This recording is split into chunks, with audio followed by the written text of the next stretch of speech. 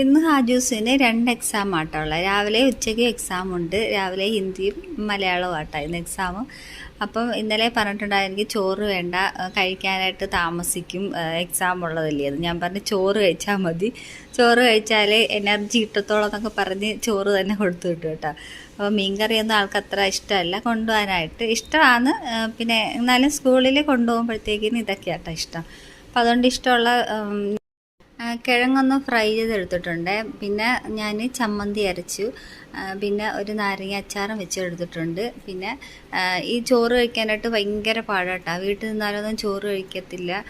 ഉച്ചയ്ക്കാണെങ്കിലും മാഗിയൊക്കെ കൊടുത്താൽ മതി, കഴിച്ചോളും. അല്ലെങ്കിൽ പിന്നെ ബ്രെഡ് ഉണ്ടെങ്കിൽ ബ്രെഡും മുട്ടയും അങ്ങനെയൊക്കെ ആയിട്ടാണ് കഴിക്കുന്നത്. അപ്പോൾ സ്കൂളിലെങ്കിലും പോയി ചോറ് കഴിക്കട്ടെ എന്ന് ചോദിച്ചാണ് ഈ ചോറ് തന്നെ കൊടുത്തു വിടുന്നത്. അപ്പം ഞാൻ ചമ്മന്തി വെച്ച് കൊടുത്തു, പിന്നെ ഒരു നാരങ്ങ അച്ചാർ വെച്ച് കൊടുത്തു, പിന്നെ മുട്ടയും പൊരിച്ചിട്ടുണ്ടായിരുന്നേ. അപ്പോൾ ഇതൊക്കെ കൂട്ടി കഴിക്കാൻ ഉച്ചയ്ക്ക് അടിപൊളിയല്ലേ സ്കൂളിൽ ഇരുന്ന്. ഇതൊക്കെ കാണുമ്പം പണ്ടത്തെ സ്കൂളിൽ പോകുന്ന കാര്യമൊക്കെ ഓർമ്മ വരും ഇല്ലേ. അപ്പോൾ അവൾ എന്നോട് ചോദിക്കുകയായിരുന്നു ഞാൻ ചോറിടുന്ന സമയത്ത്, നിങ്ങൾക്കൊക്കെ പാത്തുമ്മാടെ ആട് ഏതിലാ, മലയാളം ഫസ്റ്റിലാണോ സെക്കൻഡിലാണോ എന്നേ. അപ്പം ഞാൻ പറഞ്ഞ സെക്കൻഡിലായിരുന്നെന്ന്.